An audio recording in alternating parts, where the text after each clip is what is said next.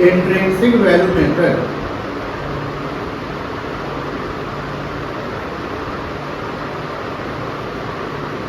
is also known as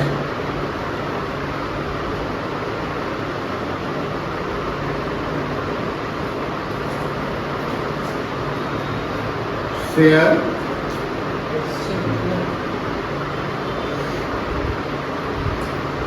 exchange method. Purchase consideration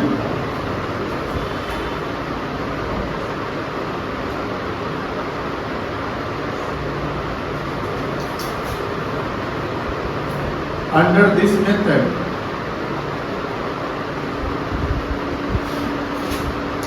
is computed by exchange of shares of transferred company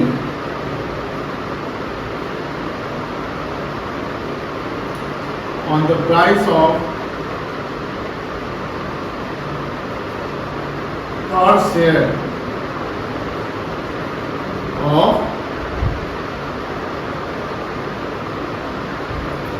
transferring company. It can also be taken by number of shares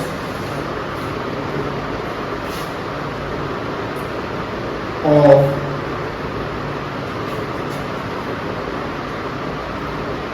transferred company by taking the base of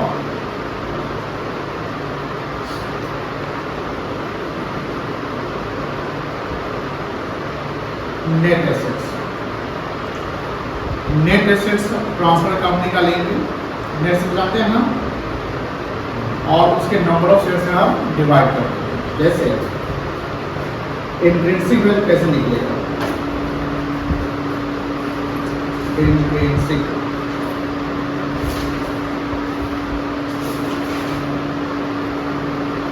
equal to जो company का net assets होगा divided by number of shares. एक cell का काम आ जाएगा। Net assets जानते हैं हम,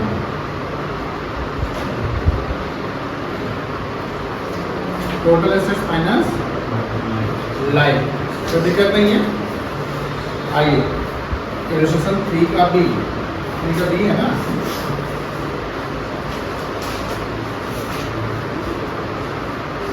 हाँ 3 का बी देखिए।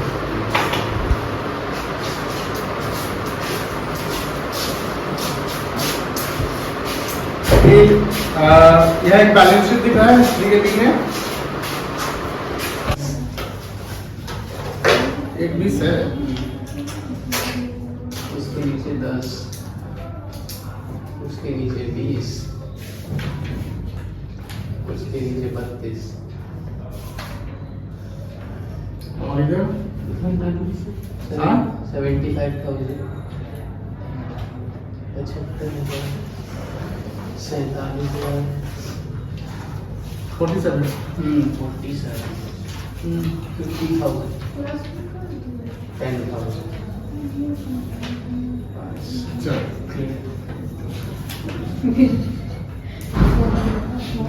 यहाँ देखिएगा थोड़ा सा स्ट्रॉन्ग, किताब पे देखिए, बेटा स्क्रीन पर देखिए, क्वेश्चन देखिए, बहुत क्वेश्चन देखिए प्लीज, अगर आ जाएगा तो स्ट्रॉन्ग लिमिटेड और स्मॉल लिमिटेड का बैलेंस शीट है, कौन हटा लिखता है, किसका बैलेंस शीट है, स्ट्रॉन्ग और स्मॉल का बैलेंस शीट है। ध्यान से देखेंगे, ठीक ठाक लग रहा है। यहां देखिए adjustment, strong limited agree to absorb strong limited agree to absorb small limited, यानी स्ट्रॉन्ग किसको एग्री एब्जॉर्ब कर रहा है? स्मॉल को, यानी ये स्मॉल जो है इसमें समा रहा है, परचेज हो रहा जा रहा है। और 31 मार्च 20 अब जब पीसी कैलकुलेट करेंगे तो किसका कैलकुलेट करेंगे? स्मॉल के लिए, कि स्मॉल का कितना डेट एसेट्स वगैरह होगा और उसके अकॉर्डिंगली हम उसका इंप्रिंसिपल निकालेंगे। Strong limited agree to repay 10% debentures of small limited, यानी स्मॉल लिमिटेड का जो डिवेंचर्स है उसका रीपेमेंट करेगा। यानी यहां देखो बैलेंस शीट में देखो डिवेंचर्स दिख रहे हैं, कितना है? 20 स्मॉल लिमिटेड का 20,000 रुपया, कोई दिक्कत नहीं है, ये लायबिलिटी है। Strong limited to revalue the fixed assets at 1,95,000 to be incorporated in the books। Strong limited जो है एसेट्स का फिर इसका रीवैल्यूएशन कितना में कर रहा है? 1,95,000, यानी स्ट्रॉन्ग लिमिटेड का फिक्स्ड एसेट कितना है? 150 नहीं सॉरी 140 का वैल्यूएशन कितना कर रहा है? 1,95,000। अब ये थर्ड पॉइंट देखिएगा ध्यान से, shares of both the companies, number of share check करो, शेयर कैपिटल दिख रहा है 1,50,000 और 1,00,000, शेयर का फेस वैल्यू कितना है? 10, इसका नंबर ऑफ शेयर कितना जाएगा? 15,000 और इसका नंबर शेयर कितना जाएगा? 12,000 शेयर आ जाएगा। कोई दिक्कत नहीं ना है कि शेयर का फेस वैल्यू 10 रुपए है। To be valued on net assets after considering ₹50,000 towards the value of goodwill of small limited। यानी स्मॉल लिमिटेड में हम 50,000 वैल्यू ऑफ गुडविल समझेंगे एंड नेट एसेट्स लेंगे स्ट्रॉन्ग का भी और स्मॉल का भी। अब नेट एसेट निकालने के लिए हमको क्या करना पड़ेगा? टोटल एसेट्स माइनस लायबिलिटी ले लेंगे, कोई दिक्कत नहीं है। द कॉस्ट ऑफ एब्जॉर्प्शन, हमारा कॉस्ट ऑफ एब्जॉर्प्शन कितना है? 3,000 are made by strong limited, ये उसका खर्चा है अपना। नेट एसेट कॉन्सेप्ट हम इसको नहीं कंसीडर करेंगे। अब यहां पर जब एसेट्स ले रहे हैं हम, ध्यान रखिएगा, तो स्मॉल लिमिटेड में क्या क्या आएगा बता सकते हैं? फिक्स्ड एसेट कितना है? 75,000, स्मॉल का चेक करो, फिक्स्ड एसेट 75,000 हो गया। इन्वेंट्री कितना होगा? 47,000, trade receivables 50,000, cash at bank और गुडविल भी था, कितना गुडविल का सेल करने के बोल रहा है? 50,000। ये हो गया टोटल एसेट्स, कितना आएगा? जोड़िए तो 7, 5, 12, 8, 4, 12, 5, 17, 18, 5, 23, 2,32,000। और उसका लायबिलिटी में डिवेंचर्स होगा कितना? 20,000 और ट्रेड में कितना? 32,000। 20 और 32 कितना हो गया? 52,000। लेस करेंगे 52,000। इसका नेट एसेट कितना जाएगा? 1,80,000। और इसका नंबर ऑफ शेयर कितना है? तो वैल्यू कितना आ गया? 15 रुपया। कितना वैल्यू आ गया बेटा? 15 रुपया। ये किसका है? स्मॉल का। जैसे हम लोग ऐसे कैलकुलेट करेंगे, स्ट्रॉन्ग लिमिटेड और स्मॉल लिमिटेड, इसका फिक्स्ड एसेट कितना होगा?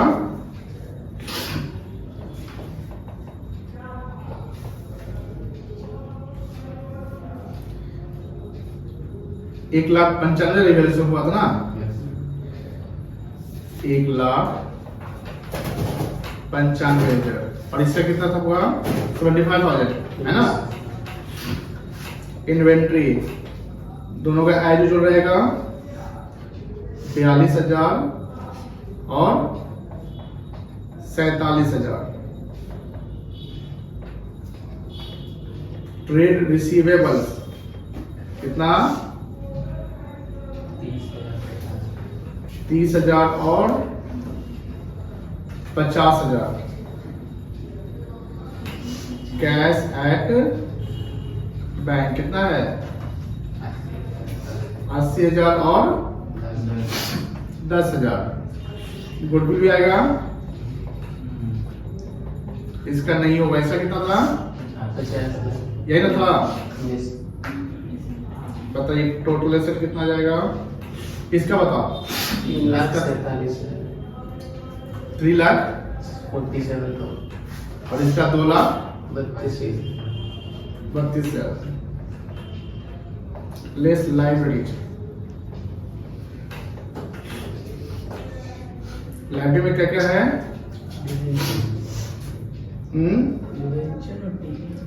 डिवेंचर्स दोनों का है। स्मॉल का कितना है? और ट्रेड पेबल दोनों का कितना कितना है? 47,000 32,000। बस कितना है नेट एसेट्स? 3 लाख। अच्छा इसका और इसका 1,80,000। नंबर ऑफ शेयर्स इसका था 15,000 Yes. और इसका 12,000। यही आएगा intrinsic value. Net asset divided by number of shares, यही एक्सचेंज रेशियो बन गया। इसका कितना आएगा? 20 रुपया Yes. और इसका 15। This is the exchange ratio.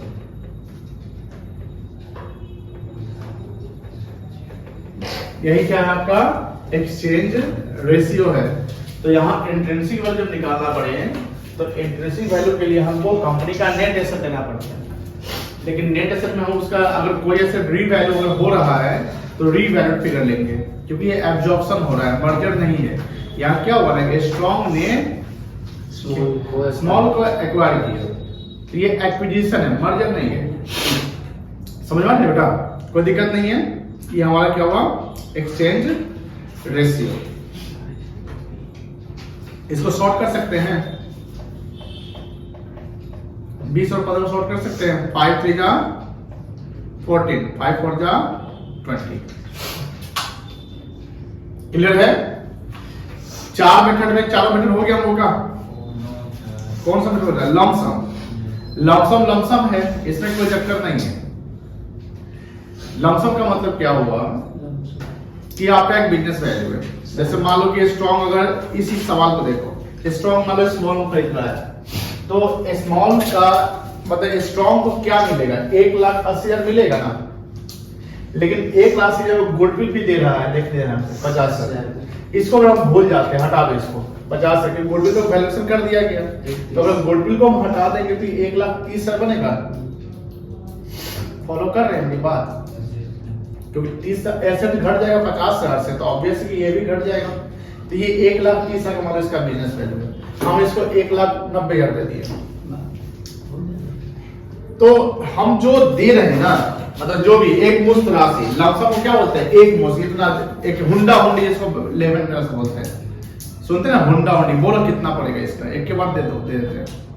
अब आप जो लमसम कर रहे हैं वही, मतलब कि जो पेमेंट कर रहे हैं एक बार में, उसी का डिफरेंस हम जब कैलकुलेट करते हैं तो मर्जर में क्या आता है? पीसी एंड नेट एसेट का डिफरेंस क्या आता है मर्जर केस में? जनरल रिजर्व आता है। और उसमें एक्विजिशन में गुडविल या कैपिटल रिजर्व आता है। कोई दिक्कत नहीं है। क्लियर है यहां तक? इसको नोट किए थे? नोट कर लीजिएगा। चलिए पेज नंबर 52 पे लमसम मेथड है, पढ़ लो एक बार। इसको लिखने की जरूरत भी नहीं है।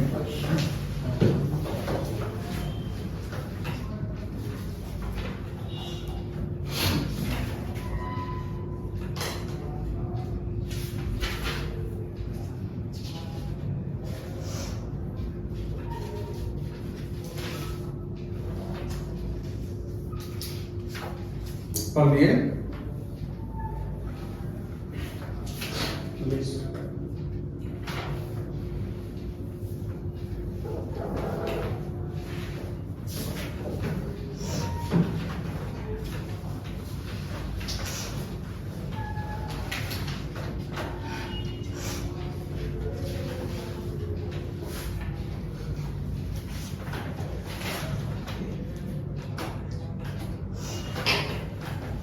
एक इलस्ट्रेशन जो है, आइएगा थोड़ा सा, इलस्ट्रेशन नंबर 6 देखिएगा।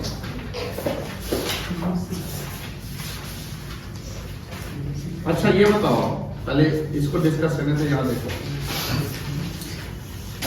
मान लो कि कंपनी का पीसी है, यहां से देखिएगा 10 लाख, कंपनी का पीसी कितना है 10 लाख, और कंपनी इसको शेयर इशू कर रही है।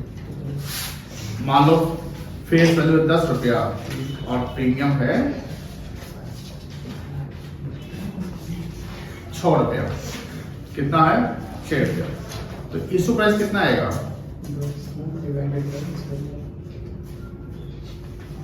प्रीमियम इशू प्राइस कितना आएगा, हाँ 16 ही होगा। इशू प्राइस होगा 16, इशू प्राइस जानते नहीं है क्या, फेस वैल्यू प्लस जितना पे सिर्फ इशू करते हैं।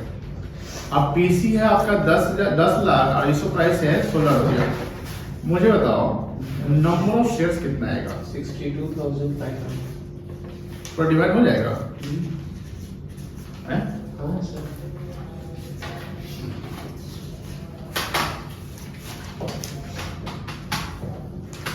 अच्छा तो एक काम करते हैं ना, थोड़ा सा इसमें चेंजिंग करते हैं।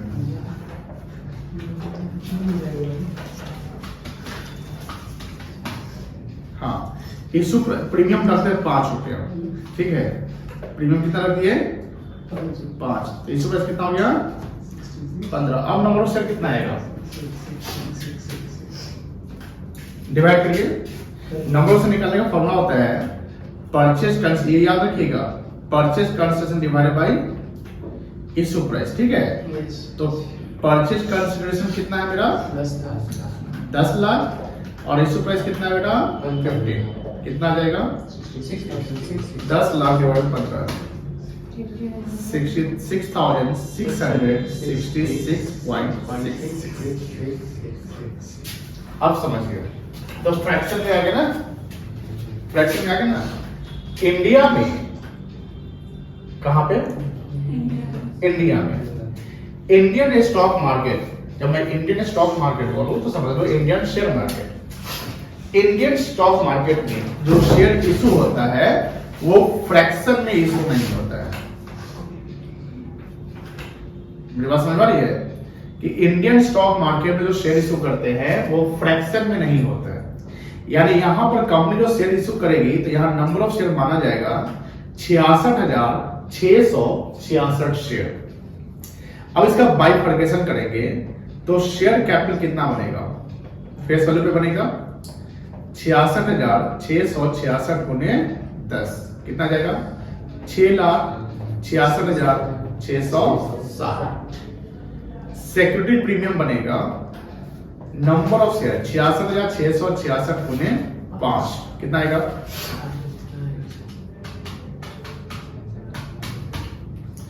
3,33,330। अब यहां देखो ध्यान से, पूरा डिस्चार्ज तो हमको 10 लाख करना है ना, पीसी मेरा कितना है 10 लाख, ध्यान समझिएगा, पीसी मेरा 10 लाख है और 10 लाख का हम पेमेंट कर रहे हैं शेयर इशू करके, तो शेयर बन रहा है, शेयर कैपिटल बन रहा है 6,86,660, ये बन रहा है 3,33,330। जब इसका सम अप करेंगे तो 10 लाख पूरा नहीं करेगा, 10 रुपया बच जाएगा, कितना पड़ेगा ये 9 लाख, ये पड़ेगा 990 09999 लगता है मोबाइल नंबर है 9,99,990। तो क्या 10 रुपया का फ्रैक्शन बन रहा है, 10 रुपया जाएगा कैश में, ये है बैलेंसिंग फिगर। यानी fractional share Indian stock market में इशू नहीं होता है, अगर फ्रैक्शन में आता है तो उसका पेमेंट हम कैश में कर देंगे, ले बेटा कैश, तुम्हारा इतना ही शेयर रहेगा, इतना शेयर नहीं रहेगा। लेकिन जब अमेरिकन यूएस स्टॉक मार्केट में जाओगे ना और वहां पर ऐसा सिचुएशन आता है तो वहां फ्रैक्शनल शेयर इशू होता है। जैसे फ्रैक्शन द सेंस कि अगर मान लो हम रिलायंस से मान लो जैसे एमआरएफ का शेयर यहाँ इंडिया में 1 लाख रुपया 1,10,000 के करीब में है सपोज करिए। अब हमको अगर एमआरएफ का एक शेयर खरीदना पड़ेगा तो हमको 1,10,000 पे करना पड़ेगा। हम 50,000 का एमआरएफ का शेयर नहीं खरीद सकते कि आधा खरीद लेते हैं, नहीं, आपको यूनिट में खरीदना पड़ेगा। यूनिट इन द सेंस कि 1 2 3 1.1 1.2 1.3 ऐसे नहीं खरीदना पड़ेगा। लेकिन सपोज लीजिए कि अमेज़न कंपनी का शेयर खरीदना है। अमेज़न कंपनी कहाँ की है? अमेज़न कंपनी कहाँ की है? किस कंट्री की है बताइए? बाप रे, ऑनलाइन शॉपिंग करता नहीं? अमेज़न से करते हैं। वेरी गुड, अमेरिका की कंपनी है, यूएस की कंपनी है। अब मान लो कि अमेज़न कंपनी एक शेयर का प्राइस मान लो 20,000 रुपया है, मतलब रुपया में, इंडियन रुपये 20,000, और आपको 10,000 रुपया आपको अमेज़न लगाना है तो लगा सकते हैं। वहां फ्रैक्शनली शेयर इशू होता है, इंडिया में फ्रैक्शनली शेयर इशू नहीं होता है। अब इंडिया में फ्रैक्शनली शेयर नहीं इशू होता तो जो फ्रैक्शन में आएगा उसका पेमेंट हम कैसे करेंगे? कैश में करेंगे, कोई दिक्कत नहीं ना है, समझ गए? अरे हम कहाँ बना दिए? ऊपर बना दिए, देख रहे दोबारा लिखा गया है क्या? ये देखो, ये कैसे हो गया? अजूबा है। कोई बात नहीं, दोबारा कैसे लिखा गया थी? कोई बात नहीं, आइए अब इलस्ट्रेशन 6 पढ़ेंगे। Page number 55। एकता लिमिटेड, हम बोला एकता कपूर है। Ekta limited agree to issue वंस, नहीं मिल रहा,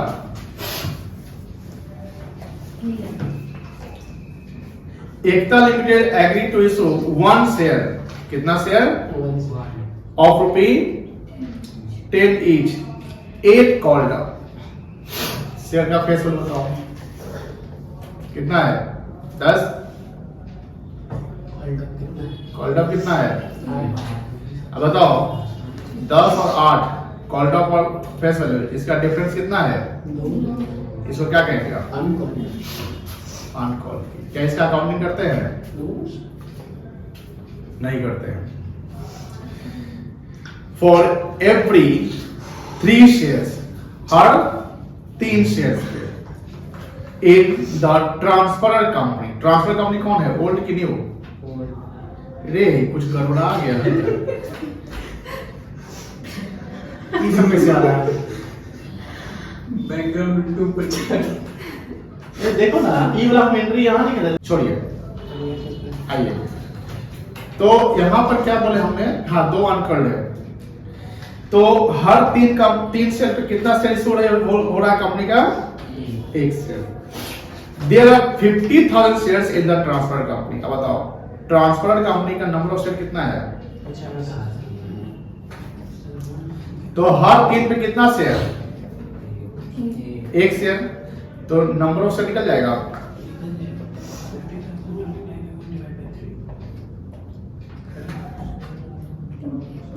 $50,000 इंटू 1 डिवाइडेड बाई 3। मेरी बात समझ आ रही है?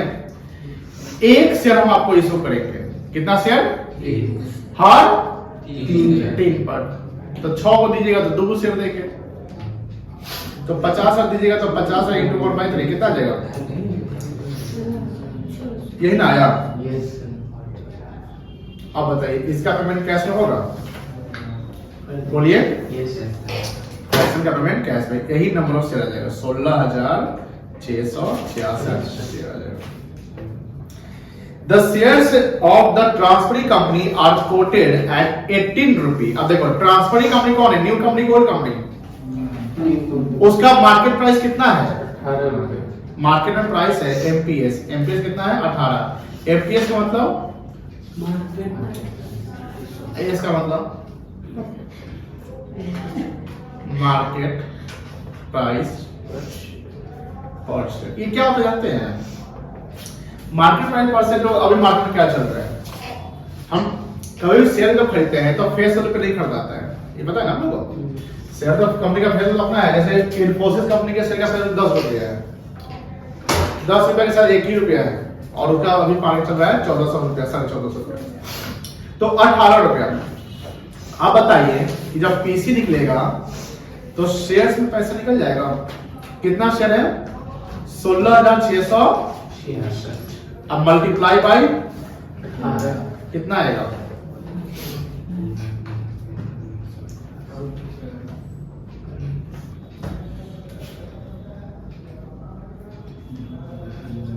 Like 99,988. 2 लाख 99,988. 88 हो गया। Yes. अब कैश आ जाएगा। Yes. कैश कितना है? 0.66, ये 8 डिजिट तक जाते हैं, पता है लोगों को, दशमलव के बाद। और इसको पूरा अप्रोक्सीमेटली मतलब कि ये लाना है, और अप्रोक्स करना है पूरा, तो दशमलव के बाद 8 डिजिट तक जाएंगे तो एग्जैक्ट आएगा। ठीक है, या इसको आप कितना बोल सकते हैं? क्या 2/3 कह सकते हैं?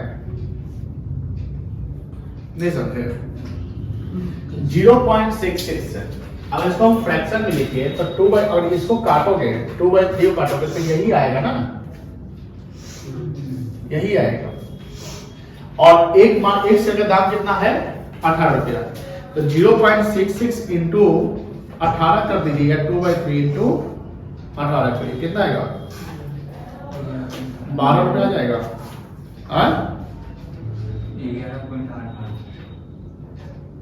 कैलकुलेटर उठाओ, लो कैलकुलेटर पे 0.666666 इंटू 18 आप करो। तुम लोग भी करो बेटा, तुम लोग काहे नहीं करती हो? तुम आए 12 नहीं मानिएगा, वही तो हम लोग बोल रहे हैं। 3 लाख ये क्या आया? पीसी आया। क्या है बेटा?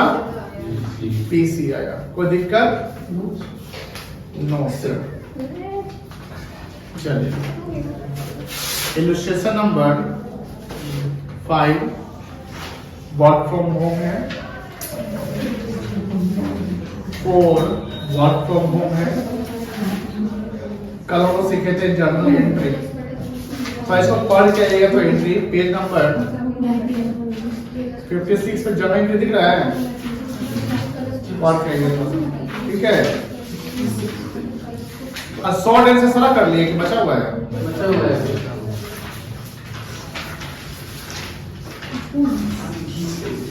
7 बचा हुआ था, 7 अब हो जाएगा। जो 3 का भी करा है ना, 3 का भी करा है ना, क्वेश्चन 7 बन जाएगा। 7 शॉर्ट वाला। और क्या बचा हुआ है? 6 क्या बनाना है समझ नहीं आ रहा। नहीं समझ आ रहा है। इलस्ट्रेशन 5 और 4 5 हाँ, और क्वेश्चन 7 6 शॉर्ट वाला। शॉर्ट वाला बन गया। इसको लेकर बोलो हाँ या ना।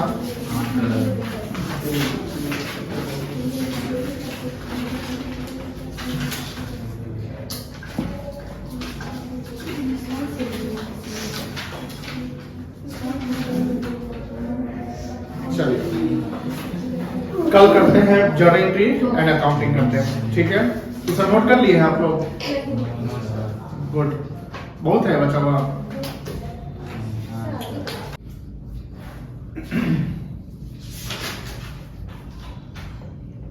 Accounting treatment.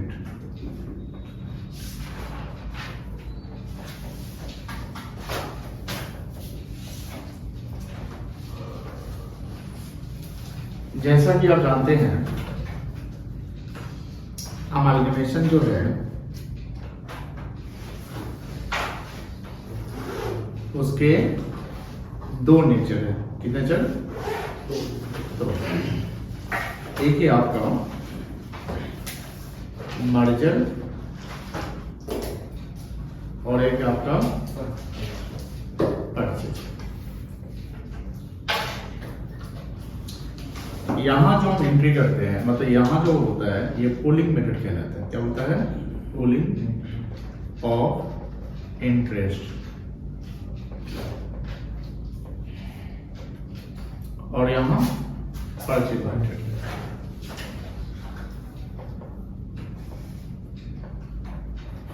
यहाँ जो मर्जर में पीसी और नेट एसेट्स का डिफरेंस क्या आता है? जनरल रिजर्व आता है। लेकिन यहां पीसी और जो नेट एसेट्स होते हैं उसका डिफरेंस क्या आता है? गुडविल या कैपिटल रिजर्व आता है। जब हम अकाउंटिंग करेंगे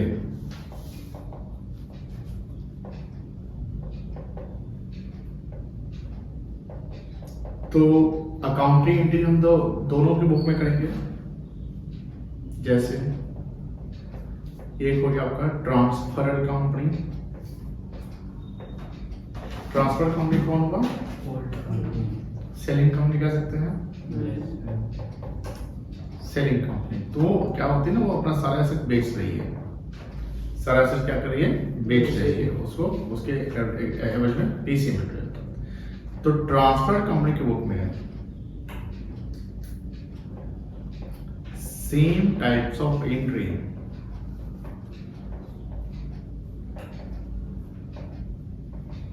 will be passed in both the nature of amalgamation। इसका क्या मतलब हुआ? चाहे वो मर्जर का केस हो, चाहे वो परचेज का केस हो, अगर ट्रांसफर कंपनी के बुक में एंट्री करनी है तो दोनों के केस में सेम एंट्री होगा। लेकिन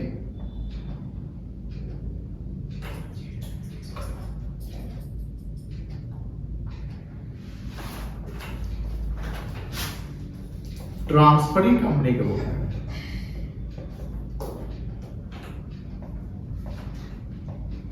ट्रांसफरिंग कंपनी कौन हो गया? New company. परचेजिंग कंपनी जिसको कहते हैं, इनके बुक में एंट्री जो होगा डिफरेंट होगा।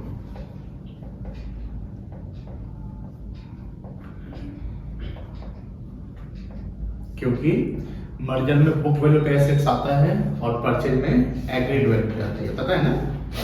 Different type of entry will be passed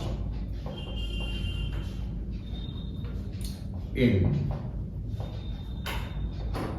both the nature of amalgamation। चाहे वो परचेज हो, नो मर्जर हो, दोनों केस में अलग अलग एंट्री पास करेंगे। ट्रांसफरिंग कंपनी के बुक में, ट्रांसफर कंपनी के बुक में सेम टाइप ऑफ एंट्री पास होगा। लिख लिया ऊपर का। अब हम लोग सीखेंगे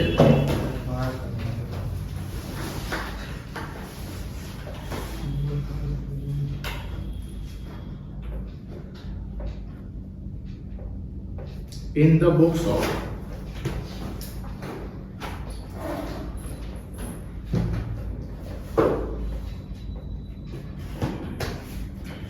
transferring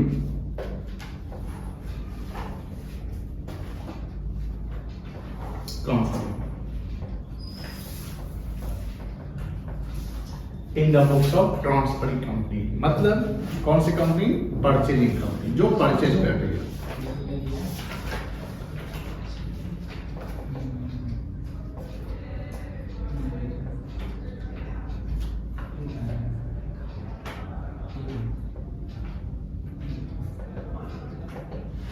अब बताइए परचेजिंग कंपनी में अलग अलग एंट्री होगा। तो पहले वो इन मर्जर का कॉन्सेप्ट समझेंगे। यानी कॉन्सेप्ट किस चीज का होगा? मर्जर का, यानी पूलिंग ऑफ इंटरेस्ट मेथड। ये समझ में आया?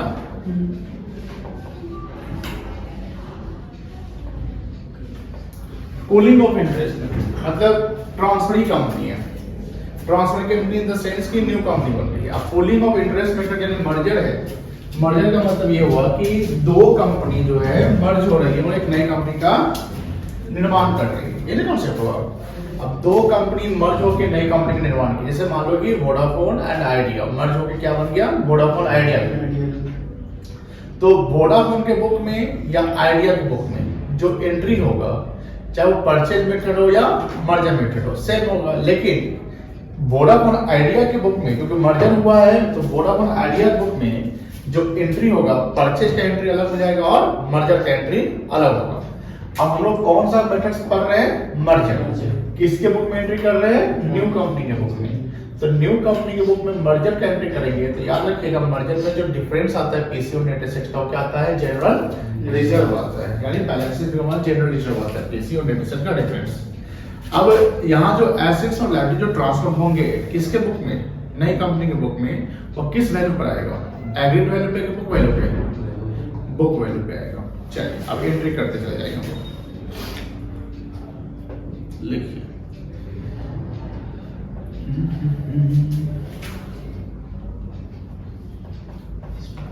फॉर बिजनेस परचेज, इसका एंट्री होगा business purchase account debit,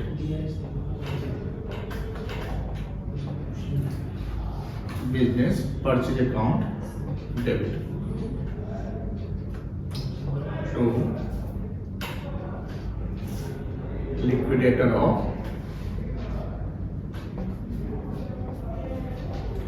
transfer company. अब जैसे मान लो वोडाफोन है, उसका अलग पीसी आया होगा, आइडिया है उसका अलग पीसी आया होगा। और दो कंपनी है तो यहाँ दो कंपनी, जैसे दोनों कंपनी का पीसी जोड़ के यहाँ लिख देंगे बिजनेस परचेज कितना में किए? To Vodafone limited to Idea limited, ठीक है ना? ये एंट्री हुआ जहां पर हमने बिजनेस को परचेज किया। यहाँ जो एंट्री होगा किस वजह से होगा? नहीं, परचेज कर रहे हैं ना, अभी एसेट थोड़ी आया है, एसेट आया तो ना बुक वैल्यू पकड़ेंगे। ये जो एंट्री होगा वो पीसी पे एंट्री होगा, जो आपने पीसी कैलकुलेट किया ना, 16 लाख 12 लाख 10 लाख, चाहे नेट पेमेंट मेथड है, नेट एसेट मेथड है, इंट्रिंसिक वैल्यू मेथड है या लंप सम मेथड है, किसी वैल्यू पे हमने एक बिजनेस को खरीदा ना, तो बिजनेस खरीदा तो परचेज में क्या हो गया? डेबिट हो गया। किससे खरीदा? जिससे खरीदा वो क्रेडिटर कहलाएगा, है ना? इसी को हम शेयर बाद में शेयर इशू कर देंगे, बात समझ आई ना? और मर्जर का कितना कंडीशन सेटिस्फाई होना चाहिए? 5, याद है ना? 5 कंडीशन। तो वो 5 कंडीशन सेटिस्फाई, वो भी ध्यान रखना है कि मर्जर का केस में 5 कंडीशन सेटिस्फाई होना चाहिए। अगर एक भी कंडीशन फेल हो गया तो मर्जर नहीं कहलाएगा, क्या कहलाएगा? परचेज कहलाएगा। परचेज का अलग एंट्री होता है, दैट्स व्हाई ऑपरेशन बड़ा इंपॉर्टेंट चैप्टर है, आगे बड़ा काम आएगा, है ना? ध्यान रखें। तो यहाँ जो एंट्री करेंगे पहला एंट्री वो किस वैल्यू में करेंगे? परचेज कंसिडरेशन वाले अमाउंट से करेंगे। नरेशन लिखेंगे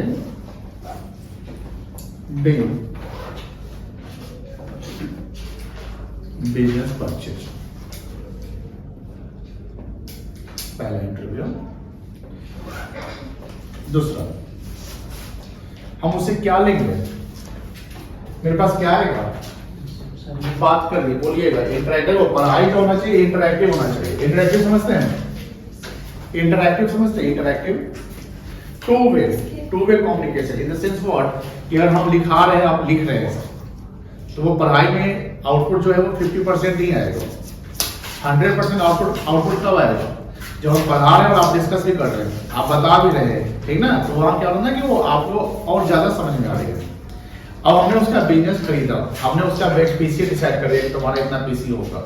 अब बताइए कि मेरे पास उससे क्या मिलेगा? एसेट्स मिलेगा प्लस लायबिलिटी मिलेगा। मर्जर के केस में आप देखोगे कि सारा रिजल्ट जो है उसके पास चला जाएगा, याद है ना? Yes. चलिए तो लिखिए second point, when assets comma liabilities and reserves and surplus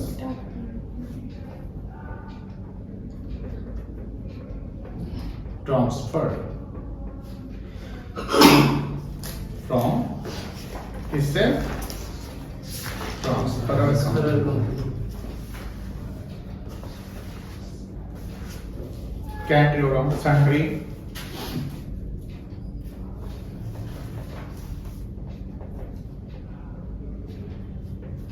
assets account Debit. Debit, एक लाइन छोड़ देंगे, to sundry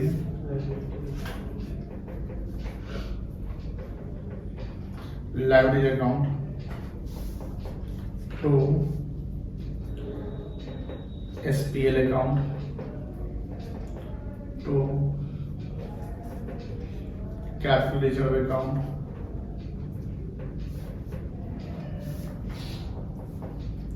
to specific reserve account,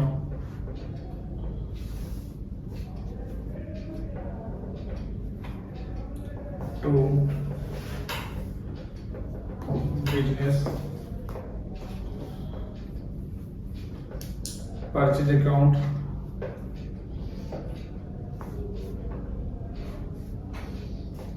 to general reserve account या डेबिट में कर देंगे जनरल reserve account। ये जो आएगा ये बैलेंसिंग फिगर होगा, ये जो आएगा बैलेंसिंग फिगर आएगा, पीसी जो पेजेस पर से पीसी होगा, ये आपका बुक वैल्यू होगा और ये भी आपका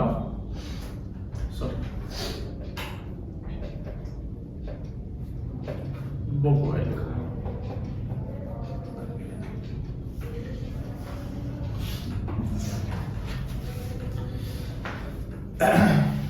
समझिए सेकेंड इंट्रेस्ट समझिए, मेरे हमको जो भी एसेट्स आया हमने डेबिट किया, मर्जर में किस वैल्यू पे डेबिट किया? बैलेंस शीट वैल्यू पे, कोई दिक्कत नहीं है, ये पहले आपके डेबिट हो गया। उसके जो भी लायबिलिटी आया या कोई भी एसपीएल कोई भी रिजर्व वगैरह आया हमने क्या कर लिया? क्रेडिट कर लिया। इसको क्रेडिट किया किस वैल्यू पे? Book value. ये है बिजनेस परचेज, जो हमने बिजनेस परचेज ऊपर डेबिट किया था, डेबिट किया था। नेट एसेट जो सन्ड्री लायबिलिटी और इसका डिफरेंट नेट एसेट आता है, तो बिजनेस परचेज को क्या करेंगे? ट्रांसफर करके कैंसिल कर देंगे, वहां डेबिट था और यहाँ क्या हो गया? क्रेडिट हो गया। तो ये जो बिजनेस परचेज क्रेडिट हो रहा है किस वैल्यू हो रहा है?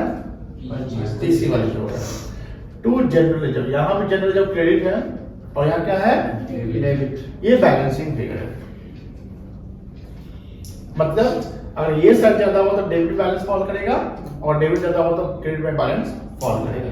टू जनरल ये बैलेंसिंग फिगर है, कोई दिक्कत नहीं है। बिंग ऐसा लिखिए,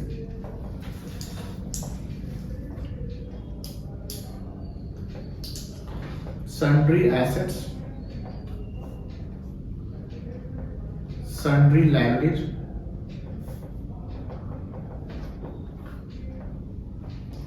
reserves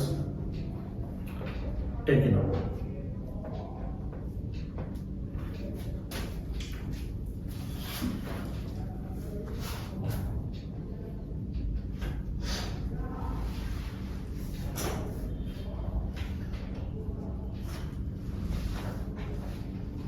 हो गया?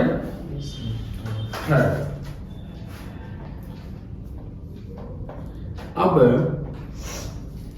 जो हमारा लिक्विड फर्स्ट एंट्री में क्रेडिट कौन हुआ था? लिक्विड ट्रांसफर अकाउंट में ये पीसी। अब इसको क्या करेंगे? सेल्स को करेंगे। When PC discharge to share holders of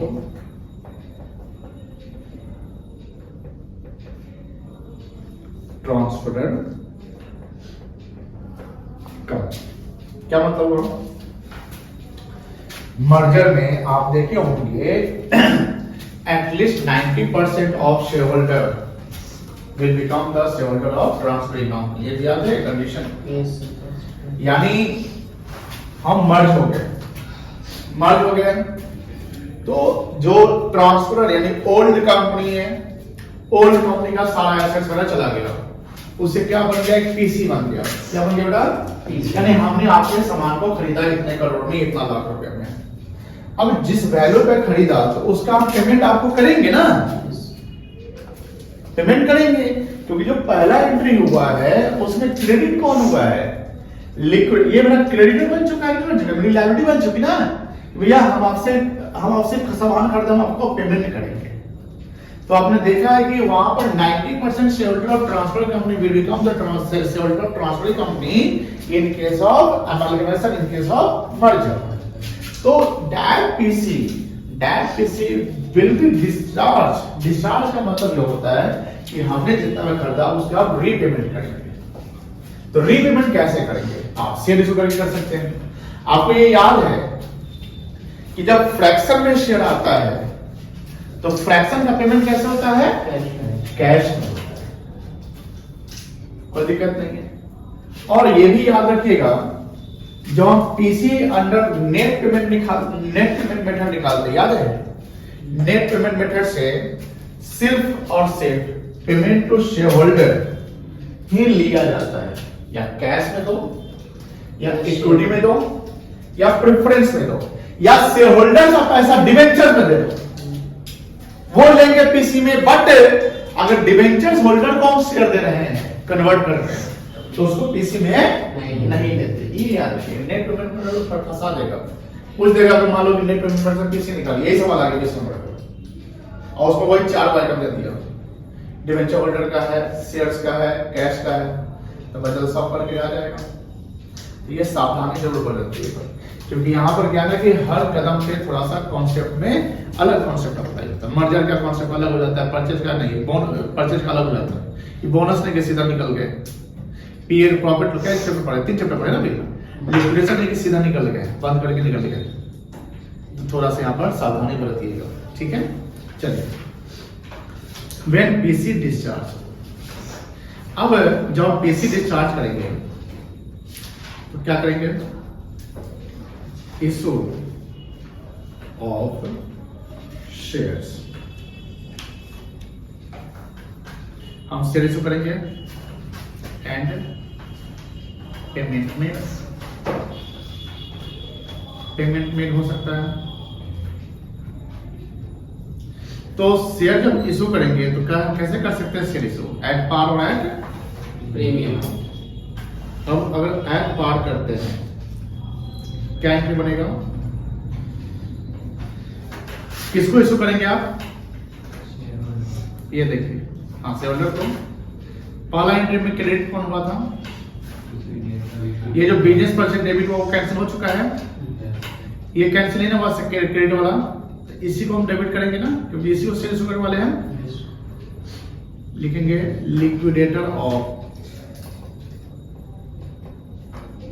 यहां पर नाम लिखेंगे। जैसे मान लो वोडाफोन कंपनी है तो वोडाफोन, आइडिया है तो आइडिया, एक्स लिमिटेड। मान लो एक्स लिमिटेड एंड वाई में मर्ज, तो एक्स को शेयर इशू करेंगे, वाई को शेयर करेंगे, तो एक्स को भी डेबिट करना पड़ेगा, वाई को। और लिक्विडेटर ऑफ ट्रांसफर कंपनी का मतलब हुआ नाम लिखेंगे वहां पे, of transfer company account debit. ये किस वैल्यू पे आएगा? पीसी पे तो हम क्या इशू कर सकते हैं उसको? इक्विटी शेयर कैपिटल अकाउंट, क्या प्रेफरेंस इशू कर सकते हैं? To preference share capital account payment कर सकते हैं Yes, in cash. To bank account. यहां पर जाएगा कौन सा value, paid up value, face value पे। यहाँ पे कौन सा हो जाएगा, पेड अप वैल्यू, और यहाँ पे आएगा पेमेंट मेड इन कैश, है ना।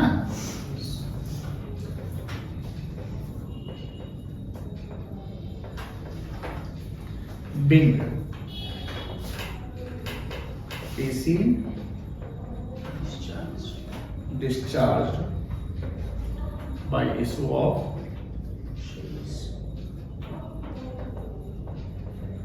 shares.